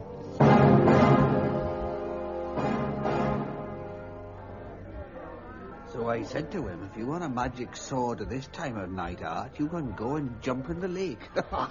Very good, Merlin. Excuse me all. I just wanted to make sure that you all had your little cardboard badges. Oh, should I have picked one up in the cloakroom? Oh, I thought so. Here we are. Dyandetes the Blue, wizard. Now pin it on. Sorry. Now, have you all got full glasses? Matey the White will be round to give you a top-up in a moment, but I'm just circulating to tell you today's schedule. Oh, good. Right. Sunrise to half-shadow, meeting the others in the Great Hall, drinks provided. Half-shadow to sun's heat, split into discussion groups for coffee and interesting dips, and then a grand seminar in the Valhalla suite on the dangerous rise of evil and its implications on a multi-magical society. Suns mellow to twilight, tea and biscuits, and a symposium on how to stop the evil one with opportunity for questions from the floor. And I do hope there's no embarrassing silence this time, really. It reflects very badly. There was one thing. Yes? Will they be those biscuits with a circular hole in the top and a little blob of jam poking through with the cream? I believe so, yes. Oh, good show. I think most of us will give the heavy stuff a miss, actually. Need an early night after yesterday's do. Well, actually, I was only going to slip in for the main bit. May I have your kind attention, please? Radox the Green, Will you excuse me a moment? Reception. Radox the Green, you have a visitor at reception. Are you sure this is the place? Of course. Seems very much like a Go conference. Longshanks, stout Ah. for my own eyes deceive me, but you're twice the size than when I last saw you. Oh, that. Everyone tells me, but I really hadn't noticed. An Agar, son of Athor. Oh, what a pity we can't have a long talk. What? But I've come all this way. Yes, well, unfortunately, I'm absolutely snowed under at the moment. Not a second to myself. Oh, it's like that at these conferences. You mean we've come all this way to be fobbed off with petty excuses? Oh, no, I wouldn't say But that. I braved the Sphinx and the halls of the Brotherhood to bring hence summon trumpet. If you've been wasting my time, I shall have a few words to say on that subject. Just because I'm told doesn't mean I'm stupid, you know. We'll have this out once and for all. I think a buffet lunch is being served over there. After dinner, you stay here. I understand everything, Radox. You need all your time here with the other wizards to try and decide a way to defeat the forces of evil. Yes, there is that. And I think I can say that the conference will be very valuable in contributing to that particular item. But to tell the truth, the real business that's taking my time is all these spin-offs. Spin-offs? Deals yet to be signed, you know. You don't think we all make a living on just the magic, do you? Good gods, no. I myself am in the process of turning 6 of my spells into a best-selling roundelay. Sprinkle ye the mandrake root, oh, yeah, the merry, oh, yeah, the merry... Well, of course, It'll be done properly with minstrels and things. Very nice. Well, great grassroots appeal, Maliadoc says. Oh, yes. Yes, and then, touch my elbow, he thinks we can get Merlin to let us have the major rights on his best 5 incantations. To turn into a mummery. Yes, but look! I have brought the summon trumpet as you counsel. Tell me, old Radox, what am I to do with it now? I cannot presume to sound it. But surely you are the hero of legend. 1 man shall save the realm, 6 shall he gather. No, it cannot be. 1 man of noble birth is what it says, and I am just a humble log poacher. Does it say that? Where? In the 7th line. A 7th line? Are you sure there is a 7th line? Most certainly. Just a minute. No, look. Only 1 hand and a thumb. You are mistaken, mighty sage. The rhyme I know has a 7th line, and more. Strange. And I am not of noble birth. So, I am not the hero after all. My part in the great deed is finished. Yet I have wonder. 7 heroes, and a 7th line that only you seem to know. But how am I to find the true hero of noble birth and cause him to sound summon trumpet? Once more, I need your wisest guidance. Well, I'd love to help. I really would, but unfortunately, Maliadoc and I have the concert to see to. Concert? Oh, yes, we do one at every conference. Radox does some old incantations with the words changed, brings the house down. And then we all dress up as gnomes and do the fairy ring numbers. Such fun! They lap it up. But what about... Oh, now, have I introduced you to Sorquist? Well, no, I don't think you... Well, now, here he is, Sorquist. Here's someone I know you'll get on with like a house of fire. Agar, son of Athor. He's a young hero, too. No, much honour. I am Sorquist of Tranfax, apprentice to the Lord Asteron, whose building this is. Sorry, would you move sideways a bit so I can sweep up there? Much honour, Sorquist. Radox... Radox? He is gone. A bit further, please. Thank you much. Surely, upon the floor, on hands and knees, is no posture for a hero. Ah, so you have completed your labours. I have as yet not. What labours? Why, to brush up every crumb dropped by the 90 wizards in the conference centre. Well, only if I accomplish these labours will I become a true hero like you. Who says this? Well, my master. He says that any apprentice hero must first accomplish the 1,000,000 labours. What are all these labours? Mighty tasks? Oh, yes, awesome indeed. Well, my first was to go forth armed only with a brush with but 2 bristles of mink hair and paint every wall in the conference centre. With your bare hands? No, with Zagaloth's dusky pink, my master's favourite colour. Are you sure these are labours? You're not just his servant? Not so. Have I not before this collected food from far and near, and with the aid of but one burning brand of hickory wood, cooked quiches and interesting dips for the 90 wizards of the conference centre? Any servant would have been stuck in a kitchen doing the catering. Yes. Yes. Then, after this, I have to do 1,003 score over and 5 times 10 plus 1.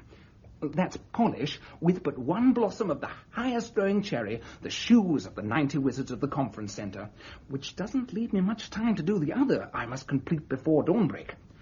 The rescue of the maiden from the fire-breathing amber dragon of the eastern tower of the horizon. What?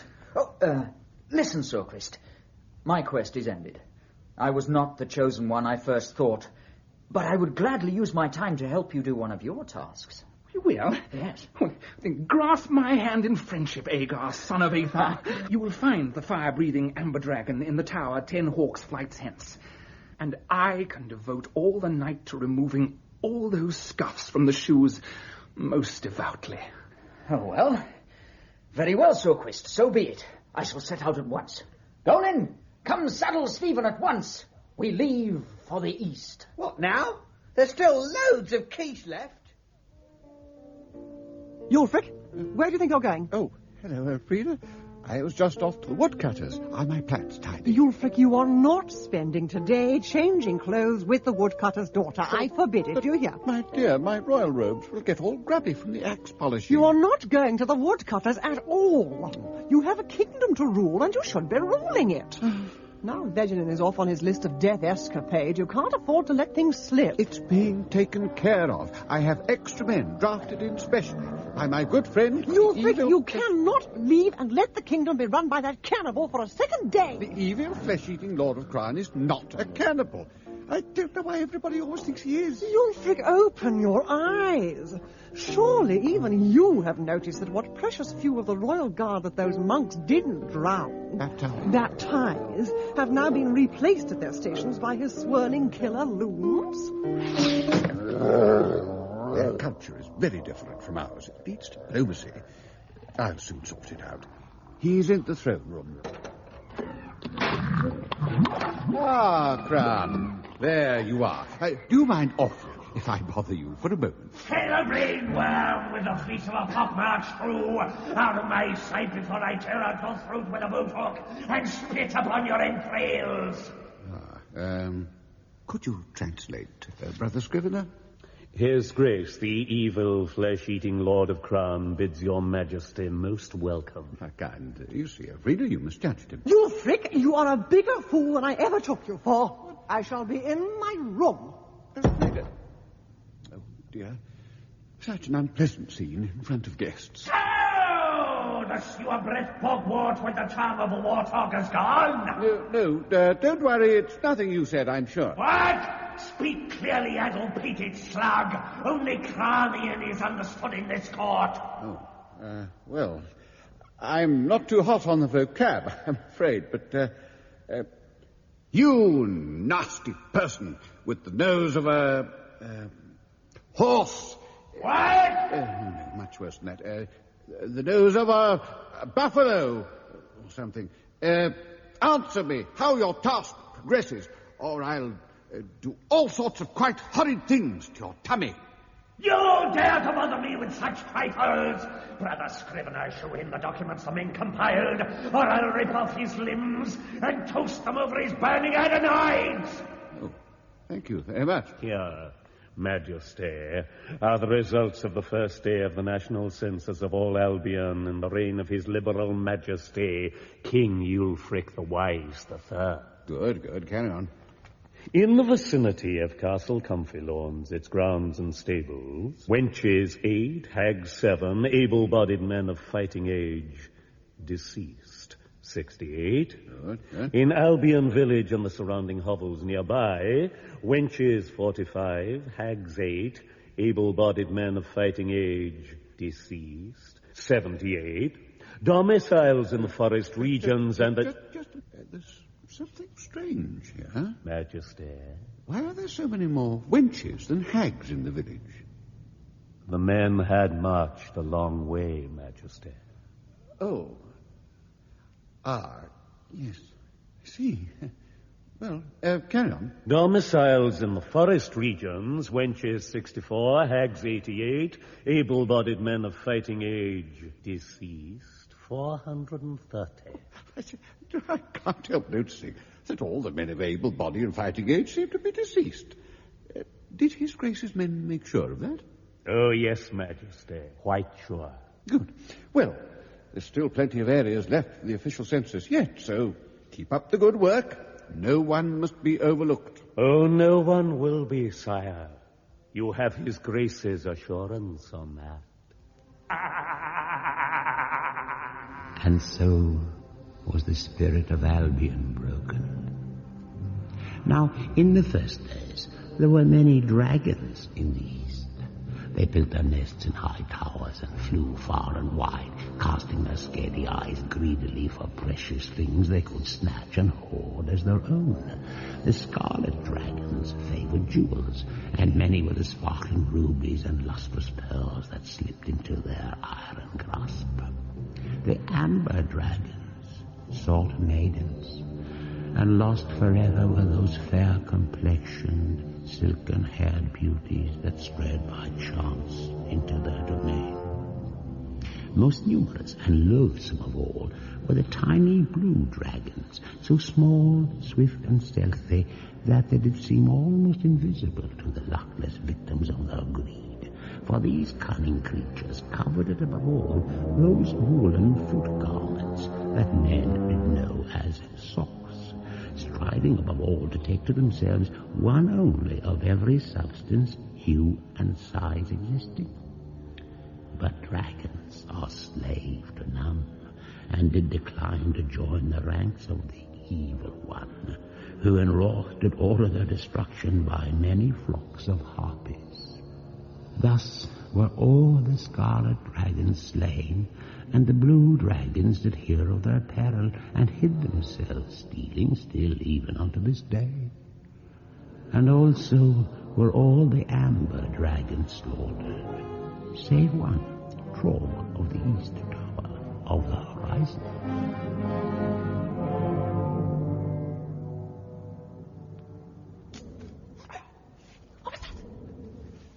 That was someone outside the wall of the tower, I'm sure it was. Are you listening to me? I'm certain... Fear not, sweet maiden, I am your deliverance. The dragon sleeps soundly, and my Minotaur is beneath the tower to carry you away. I pledge my sword. No! Help! Hush! The dragon will be raised from his sleep. Trog! Help! Please, the dragon! He awakens. Fly while you yet have time. No! Don't you touch him with that! Trog! Has he not held you prisoner these 3 years and 2 moons? He most certainly has not. What? He didn't want to enter into a permanent relationship until we had discovered we were mutually suitable, and I respect him for that. I'm sorry, but I don't understand. Rodwina? What's going on? What are you doing with that man? He's come to take me away while you lie there snoring. Don't make me laugh. That'll be the day. Why is that so funny? Take you away. Don't you think anyone would want me? Is that so very unthinkable? I happen to be a very attractive woman. Excuse me, but... You keep out of this. You are fairly attractive as maidens go. Oh, you've had a few, I know. Well, as a matter of fact, I have. But only to burn. You've never managed to engage in one total long-term commitment without pyrosexual foreplay. I have never had any complaints. Oh, you're so smug, aren't you? You think you're so good, just like they always do. Excuse me. You are the amber dragon of the east. Do me a favour, old chap, and take her. I've been getting a bit bored with the harp playing anyway. You said you adore my harp playing. Yes, well, there wasn't very much else I could say and have a quiet life, was there? The only thing that kept you off my back. Trog light the fire, Trog warm the dinner, Trog scorch the ostlers. I'd rather suffer 14 choruses of Sprinkle You the Mandrake root any day. Popular rubbish. You've really done it this time. There's only one reason I continue living with you, and that's because you're handy to get a light afterwards. Well, There's no need to be insulting. Well, I'm sorry, but you did ask for that. In front of that man, too. No. Honestly, I hardly heard anything. I wasn't really listening. I'm sorry. Well, so am I. Spiny spine. Smoothie skin. Well, I suppose I'll be going then. My guide and miner... Just one moment, mortal. Yes? Who are you? What do you mean by breaking into my tower at this time of night? I am Agar, son of Agar, and I came to this tower on behalf of one Sorquist of Tranfax, who was an apprentice... Oh, yes, I know all about Sorquist. Bit of a hobby of mine, keeping track of gossip. You, too. I've heard of Agar, son of Agar, on my flights above Albion in search of carrion. Disgusting habit, I know, but what can you do? But what of you, Agar? Do you follow the ways of your parents to bring you to Dragon's Towers far from home? My mother was but a poor woodcutter's daughter. And what of your father, Agar? Know you of him? Was he well matched? Aye, he too was but a poor woodcutter's daughter. Trog. This is fascinating. Are you sure? We rarely saw him, only for an occasional day. Mostly he was far abroad, engaged in some task he would never tell. Oh!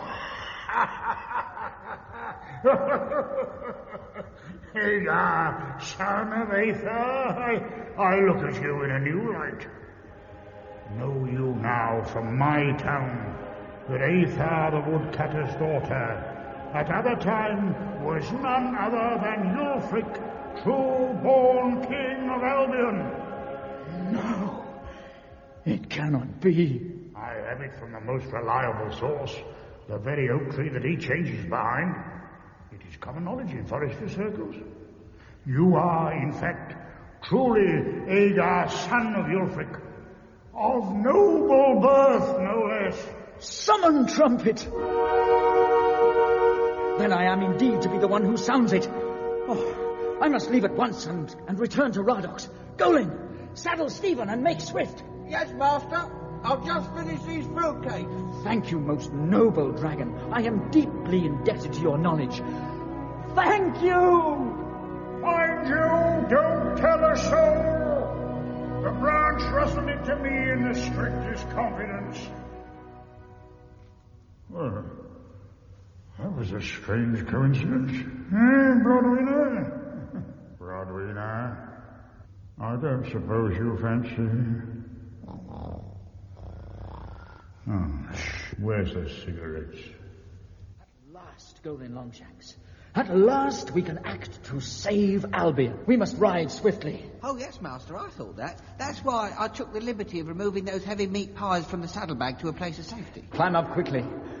Oh, do you not feel the excitement welling up inside you? Well, now you come to mention it... Away! For the power is once again placed upon our shoulders. Beware, Agar, son of Yulfric, for no power on earth is granted without a price.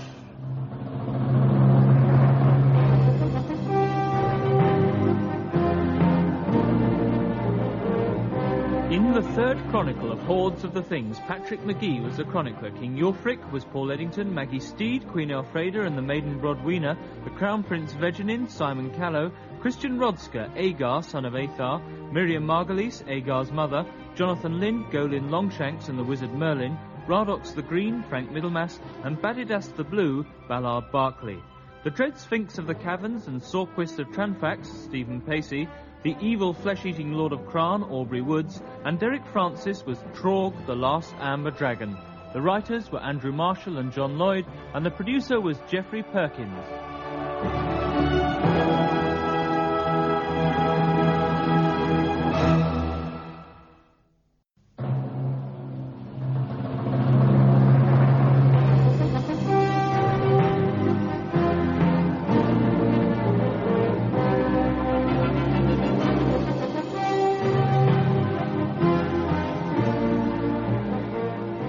Hordes of the Things, an epic fantasy by A.P.R. Marshall and J.H.W. Lloyd.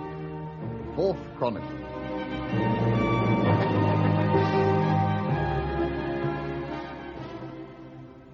In the elder times, all the lands were ruled by the evil one, save the kingdom of Albion.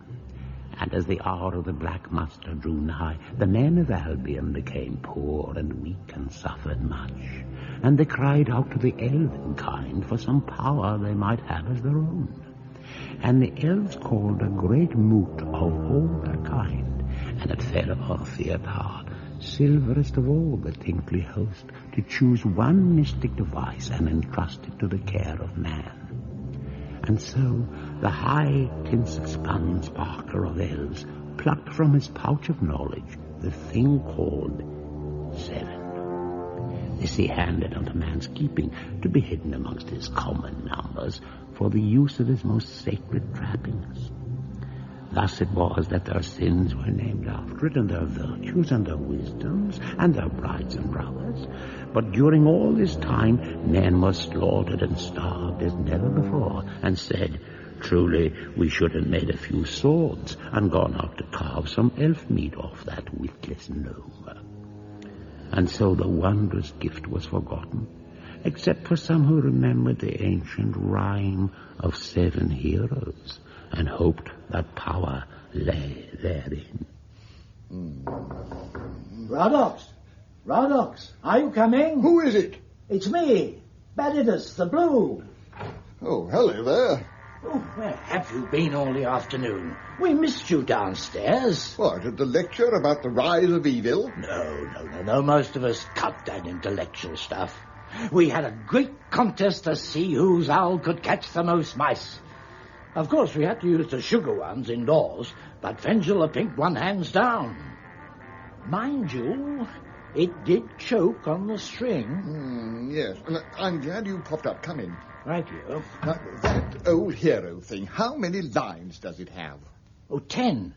10 at least, I should think. 10? Oh, yes. Look, 2 whole hands. Well, now, what's that in hands and thumbs? Let me see. 1 hand and 5 thumbs. I thought so. I completely forgot the last 4 thumbs. Now, help me look through the wardrobe. My other robe's in there somewhere. Other robe? Yes, as you know, I was Radox the White before I became a herbal, but I sometimes use the old one as a dressing gown when it's a bit chilly. Here we are. Now, you try that pocket. Anything? Just a few black olives and a phial of sunflower oil. Hang on. I think there's something slipped into the lining. Yes, here we are. I knew it. Let me have it. I haven't seen this bit for ages. Yes, just as Agar said. 1 man of noble birth, 6 men beside him. 7 sentinels shall ride on the wind of battle, of course. Hang on. Here's another bit. What? Can you make it out? There's a bit of wine vinegar spilt on the corner. Matched with the evil one's dark hordes of chattel, though they may stand and fight blooded and mountless, no chance at all has right against all the countless. Oh, yes. I remember that at the time I thought it was rather a surprise ending. Now, this somewhat changes my plans. What are you going to do? There's but one thing I can do. If even the summoning of the 7 heroes cannot save Albion, I shall have to set out at once for the misty wood and seek the streaming. The streaming? But, Radox, it is far too dangerous. Stay here, Radox. Do you think me too old to keep my wits? Or some sickly child? No, of course not. Then I'm going to hold my breath till you let me go. Now, come along, Radox. Be reasonable. Am I not your oldest friend? Did we not learn together as youths? You tried to copy my runes paper until old Coldar the Brown spotted us. Radox, you're turning purple. Oh, very well. But I shall come with you as far as I dare. I knew you'd see it my way. Hold fast there, Golden Longshanks. We have travelled almost 20 rook flights out of our way seeking the Tower of Trog and must return for wise guidance speedily. Can't you make a gallop so it's less bumpy? We have no time for comforts. I think only of summon trumpet. So do I. This wine keeps slopping out of it. What? Empty that at once, greedy dwarf. I'm trying to. We dare not damage it. All right. I'm drinking it as fast as I can. Hang on, what's that? Where? Up ahead, stretched across the track. It's like some giant ropes and... Ah! What's this? I can't move. I'm stuck. It's like a giant spider's web. Take care, Stephen. We are all three stuck fast. We'll starve to death. Some of us before others, I'll wager. If only I could reach my sword arm. Oh, What's that? It's shaking. By all the gods. Hello, and what morsels do we have here? You may well ask. And I do, my dear, I do. A monstrous spider! 2 humans and a bull, more than enough for someone with a large and greedy appetite. And who exactly would that be? Oh, indeed. Someone who has carped incessantly for days about his hunger. Hunger? Help me, Master, help me. I still have some pork left. These spiders have bottomless stomachs. I fear it is not your pork he sets his eyes upon. One nice little fat one here for you, I see. It's feeling my stomach. My sword arm is glued tightly to the web. And also one far prettier. Or do you imagine my sight fails me? It often does in extreme old age, my dear. Oh, very witty. Quite the king's jester. It talks with itself. What manner of creature are you? I am called Hob. And I, Lob. Let us go, or by the moons of Tranfax I shall... Oh, so active. It seems a pity to paralyze him. No! Get back! If I could reach my sword... Oh, no, my dear. You're not getting away. We haven't had a meal for several moons. And that was scarcely memorable. Well, that's the last time I work our mandibles to the bone on cunning sources to eke out a scrawny shepherd just because your web isn't strong enough to hold up. Master, I think it's loosening. Oh, how can you say that? My web is quite adequate to provide for a normal appetite. Yes, I can nearly reach... Normal appetite of a swamp. But, oh, no, my little ones, you shan't wiggle free. Paralyze the little devils. I grow tired of them. They cease to amuse. No! Keep away! Keep away! What was that? Well, it wasn't your bones creaking, my dear. Eagles! No, my beautiful web is a ladder! Never mind your web, my dear. Save your face. Now I reach it. Back, spider! Into your hole! Spider Dasher! 1,000 thanks, mighty eagle. I am Zanxor, the Sky Lord, chief of all the eagles. We have traveled far to locate you, young hero, at the bidding of Radox the Green. Radox? I must return to him at once. Only he can tell me when will be the moment for myself to sound summon trumpet. Radox is far from this place, deep within the misty woods. He instructs us to aid your fast passage back to Albion. Therefore, I and my captains will carry you and your kind to the battle plains by the great sea and the castle comfy lawns. I shall carry you myself, as befits your rank. Basper and Rasper shall carry your mighty steed. What about me, Master?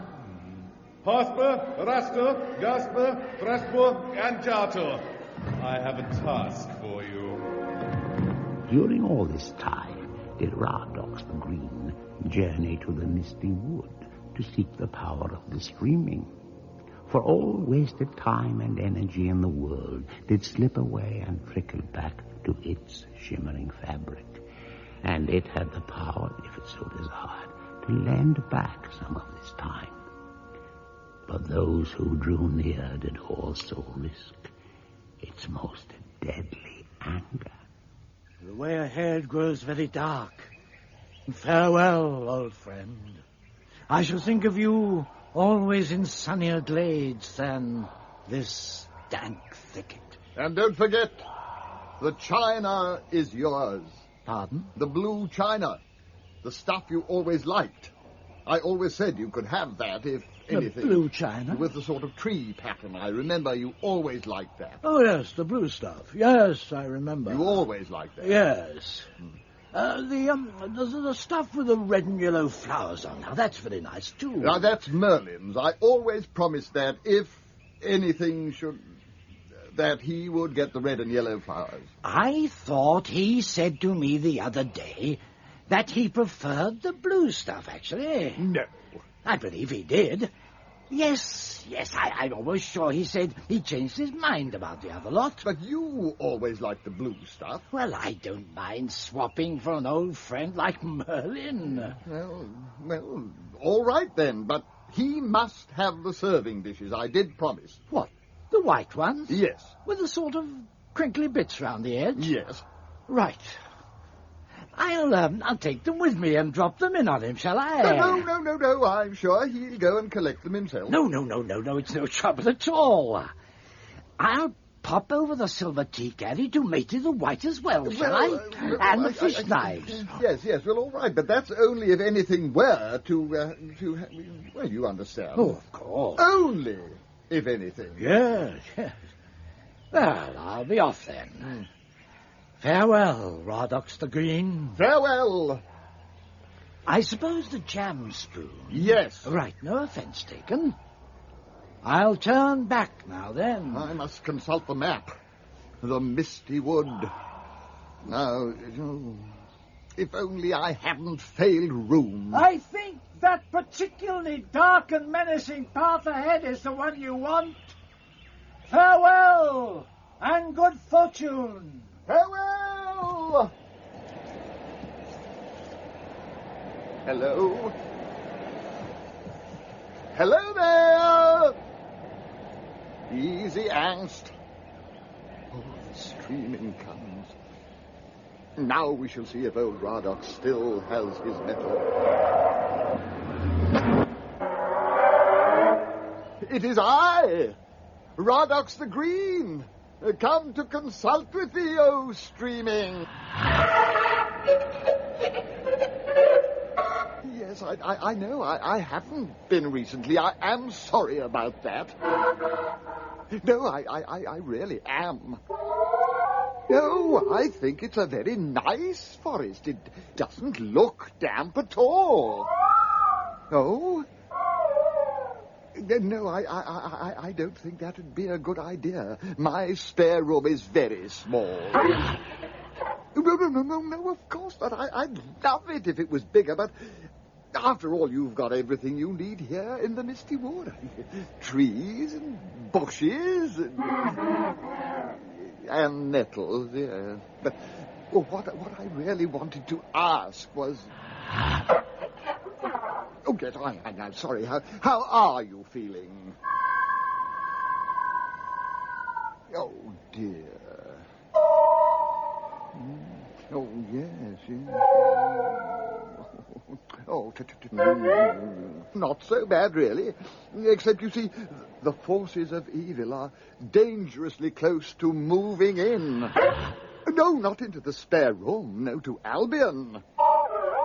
Yes, I'm afraid so. And the thing is, I was wondering if you could see your way to letting me have a bit more time. Yes, I know you're always lending me more than I should have. And extra this moon for the Roundelay rewrites. Yes, it isn't all for me. There's a young hero who needs some too. Really, there's no need to get... I'm sorry, but I am completely out. No, please, no.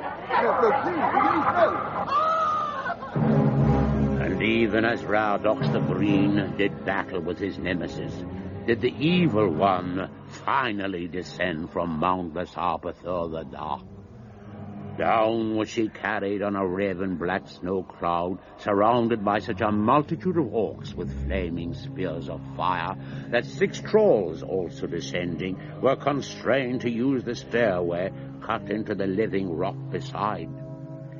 And she did say to the legions of the 7 armies of hell gathered in her name, "Fall ye now upon helpless Albion, for the hour of the black must stand." is here.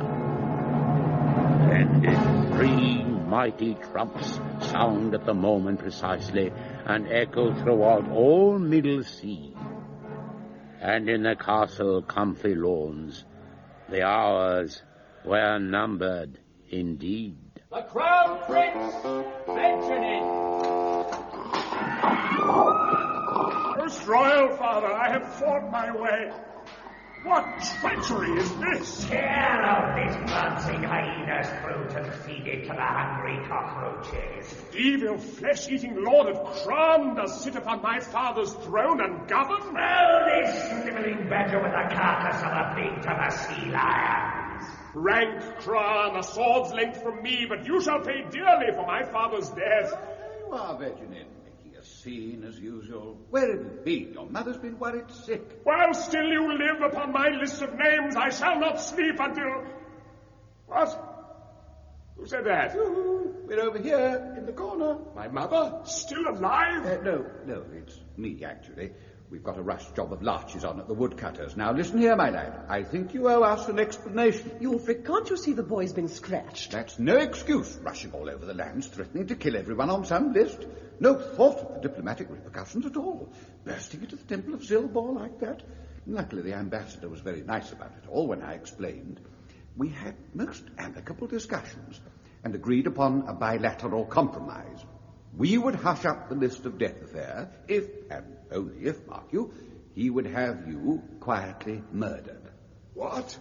It was you, my father, who did cause the Brotherhood of Night to seize me and attempt to carve my noble body? Well, yes. My good friend, the evil flesh-eating Lord of Crown, chaired the negotiations himself, and he assured me that... You take the counsel of that cannibal and sentence your own son to grisly death? The evil flesh-eating Lord of Crown is not a cannibal. Throw these miserable prawn-faced vultures out of my sight and break open another crate of chocolate legs.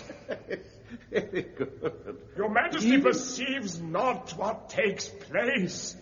The roads are now clogged up with row upon row of children of the Evil One, prepared for war. Now boldly do they march upon this castle through our land. They deign to wait no longer. No, they're not coming here. Crown told me only this morning they're engaged on a special fire practice for the surrounding land. Fire practice?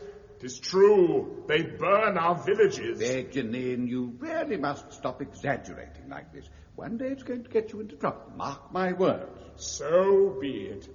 Now the grisly dam has burst. I shall repair outside this place and stand against them all, though hopeless is my plight. If not one man I can locate to fight beside me, I shall use my sword till I am cut down fighting by the hordes of night. Crown Prince Veganin lies slain upon the sweet soil of great Albion's mighty plains. Farewell, gentle mother and proud father mine. I go now to my death to shed my blood and thine. I think we should have talked more when he was a boy. Yulfric, have you ever thought he might be right? Elfrida, you're too soft on him.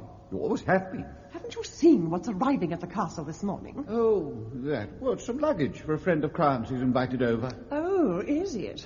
Well, just you come in here and look at it. Right. What is this? Just a mirror? It looks like the all-seeing mirror of Gunst, whose power lies by reflecting deep into the souls of the fallen. Reproduction. And all these axes, magic helms, and articles of torture? Oh, collector's items. I don't doubt it, Yulfric, but what sort of collector? Well, Crown didn't exactly say who it was that was coming, but I expect the initials are carved in runes on his helm. Yes, there we are. T-E-O. T-E-O. Now, let me think. Who do we know with the initials T-E-O? T-E-O. Great gods! I've just had a most frightening thought. Yes. That awful great aunt of yours is called Teresa or something, isn't she? Yulfric, it's worse than that. Worse than that? Who worse than that would be turning up at the castle? Unless it's the evil one. The evil one. Yulfric, Don't you see? You've been wrong all along. Now they're overrunning the land and the castle, and we're all doomed. Well, if that is the case, Elfrida, and we're about to be killed, there is one thing I must tell you. What is it, Yulfric? I'm an elf. What? I know it sounds unbelievable, but it's true. I've been keeping it from you for some time, but now I think it's the moment to come out from behind the toadstools. What on earth do you mean? I don't always go to the woodcutters, you know. Sometimes, in the evenings, I go to leafy glades and see other elves. And often, after a bit of nectar, we sing. Yulfric, you can't be serious. I am. I'm tired of hiding my pointy ears. Look, I'm elfin and proud of it. There. Yulfric, what's that noise? Then did the 7 armies of the evil one whirl up and violate the borders of sweet Albion from all sides. Like a sea of putrescent maggots, where they disgorged from the surrounding lands in numbers of great magnitude, crushing any fair flowers beneath their feet, tentacles or slimy underbellies, according to their tendency.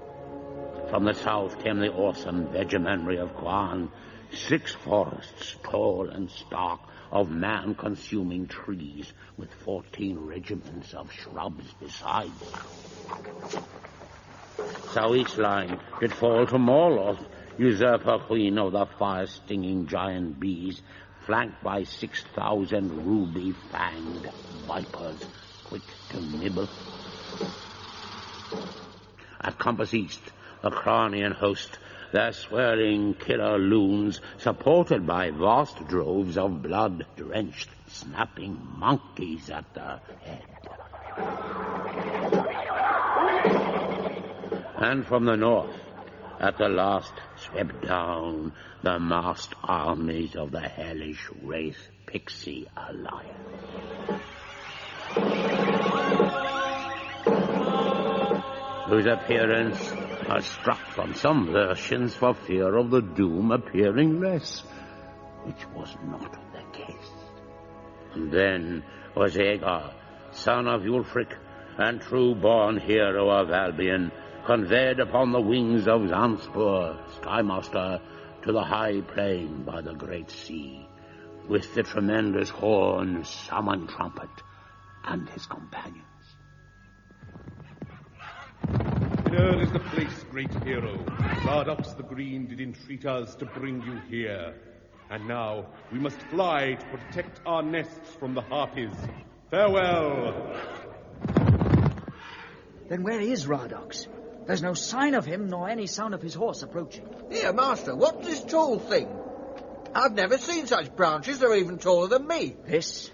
Why, this is the great pyre of Albion, built of glistening blackthorn in the first days by unknown hands here on the highest place in the land. The songs say that it shall be lit by the very brands of the dead, if ever the end of the world is... What are you doing, destructive dwarf? Well, it'll be lighting itself any time, I should have thought, so a few minutes one way or the other won't make any difference. Anyway, I've just found this by your feet. Cheer up. A hopeful sign? A packet of sausages. Pity to waste them. Brainless dwarf! Do you realize what you're doing? You shall awaken the soul of the mighty sage that built the pyre. Who lights the great pyre of Albion in haste? Oh, here, hold this tinderbox, Master. Ah, give it to me, cravenly dwarf. It was I, Agar, son of Yulfric. What of it? Oh, why didn't you say so in the first place? Radox. I'm sorry about the voice. Security, you know. So, you had the wit to call me up. The sausages go round the bottom in a sort of cartwheel shape, with mustard. But I'm starving. Do as he says. Yes, that's better. Well, here we are. Well, there you are, anyway. I'm so sorry I can't be with you in person. This is a recorded message. I left it behind, just in case. I don't understand. But what has happened to you? Are you still living? I know not. Anyway, to business, there isn't much time, is there? Now, the emergency instructions. At the first sign of the muster, go at once to the plain by the Great Sea. Do not stop for luggage, overcoats, blah, blah, blah. Well, you know the form. Now, next. Get out the summon trumpet provided. I have it here, Master. Good, good. Now, this is for the use of the chosen hero alone, or fearful calamity may result. Now, when sounded, the second hero shall rise from the sea on a Titan's wave. The third shall drop from the stars on the wings of 7 giant moon moths of emerald. The fourth shall wake from his slumbers beneath the ground and rend asunder the earth in his emergence. The fifth... Listen, the black armies grow nearer. Oh dear, I shall have to leave out the small print. Right. So, seeing the enemy draw near, shall this summoned trumpet be delivered up into the hands of the one who is to save the realm, and only him. And he shall put it to his lips and sound its note mightily. So shall I, timely vision. Hear me so. No, no! Give me that!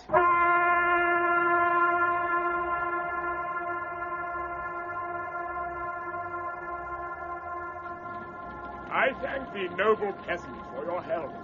Now shall we see what magic I have worked.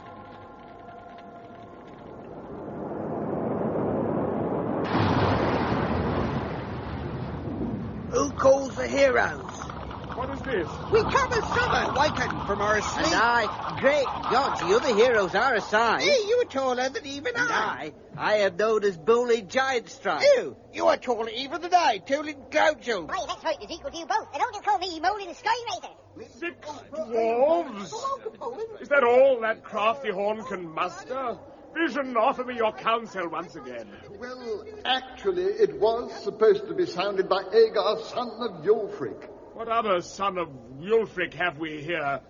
Am I not chosen hero of the realm? I'm afraid not. Then let him sound this instrument as proof. Give it me. I cannot get the note. It must only be made to sound once. That's right. You can't have quantity as well as quality, you know. Then what must we do? Oh, look, sausages. I'm starving. No, get back there. Radox, what must we do? I'm sorry. The spell is broken. I'll have to go. Fortune and luck, Agar and Veganin, sons of Yulfric. Regiments of hell grow closer now, and all true men must draw together also. Together? It matters not which of us, Yulfric's sons, was chosen. Here we meet, and here we fight. So be it, Veganin. And will you stand with me, brother? I will, oh brother newly found, I will. And we will also, master, to the last. No, Golin Longshanks and your kind. You have no part in this battle. What? You expect us to stay behind just because you're too low to look small next to us? We ride together, all or none. Aye. Then it shall be. Aye. We 9 against all evil's hordes. Come, ride with me into the battle's smoke.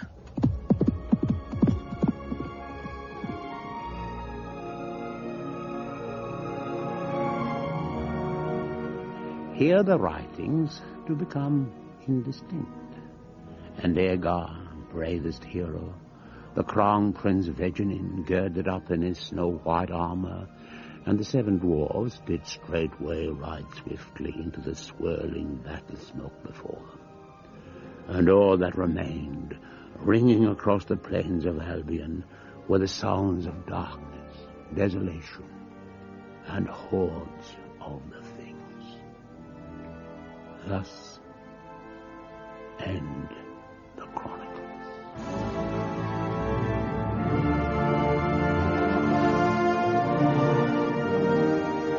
In the 4th and final chronicle of Hordes of the Things, Patrick Magee was the chronicler, Radox the Green, Frank Middlemass, Dyandetes the Blue, Ballard Barclay, Agar son of Athar, Christian Rodska, Golin Longshanks and the other dwarfs, Jonathan Lynn, Hoblob the monstrous spider, Bob Grant, Zanspur the Skylord, Michael Hugh, the Crown Prince Veganin, Simon Callow, the evil flesh-eating Lord of Crown and brother scrivener, Aubrey Woods, King Yulfric the Wise III, Paul Eddington, Queen Elfreda of Albion, Magee Steed, and Stephen the Minotaur was Martha Knight. Hordes of the Things was written by Andrew Marshall and John Lloyd and produced by Geoffrey Perkins.